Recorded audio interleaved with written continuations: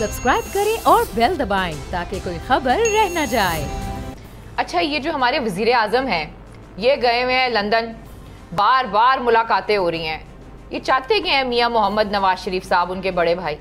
क्या होगा इन मुलाकातों में? ये वो ऐसा लगता है उनकी तारीख पैदाइश या हमारे जो साबका वज़ीर आज़म नवाज शरीफ साहब की तारीख पैदाइश को ज़हन में रख के यही लगता है कि ये मज़ीद टेंशन क्रिएट करेंगे।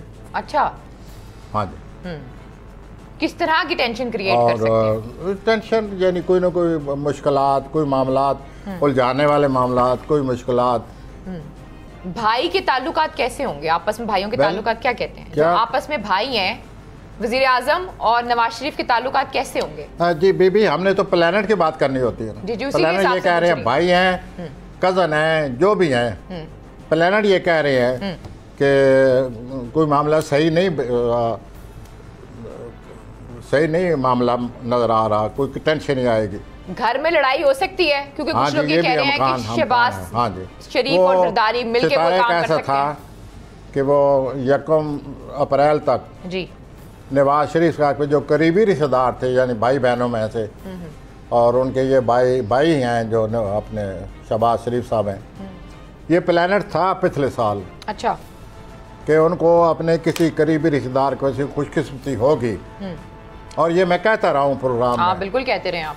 तो वो यही मेरे जहन में था कि इनको जो करीबी रिश्तेदार हैं नवाज शरीफ साहब के, वो उनके लिए कोई ना कोई हालात ऐसे पैदा करने वाले हैं जो उनके लिए खुशकिस्मती का बायस बनेंगे। वो होगी बात, लेकिन वो सितारा चला गया 1 अप्रैल से।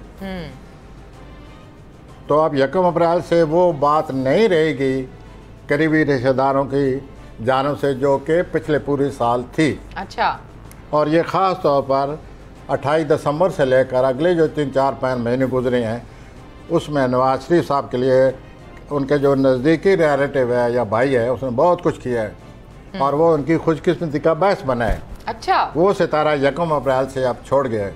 ख्याल करें, अब तो एहतियात करें। तो यूँ सूरत बनी पड़ी है। आपने उनके रिश्तों का सवाल किया, वो मैंने बता दिया।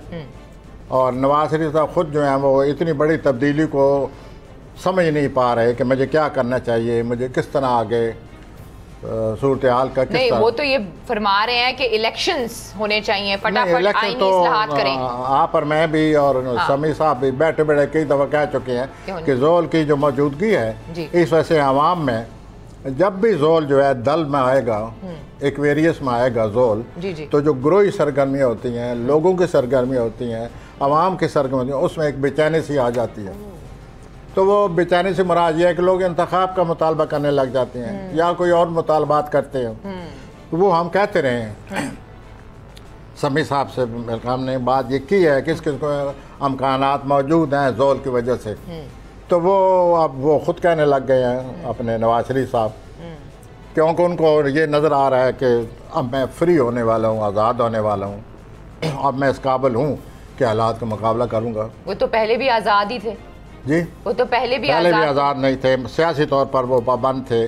वहाँ लंदन में बैठ कर क्या कर सकते थे? नजर आते थे हमें, आप हैरान, मैं हैरान हूँ कि आप ये किस तरह कह रही हैं। वो पाबंद थे, कहाँ मुल्क में होना, कहाँ मुल्क में रहकर मुकाबला करना, और कहाँ आप बाहर बैठे हैं और काफ़ी पी रहे हैं। हम नहीं पी रहे। अच्छा, मगरबी ममालिक में तो यही है ना जी, मगरबी ममालिक में तो लोग, आपको पता ही है कि बाकी के आबो क्या है। सब्सक्राइब करें और बेल दबाएं ताकि कोई खबर रह न जाए।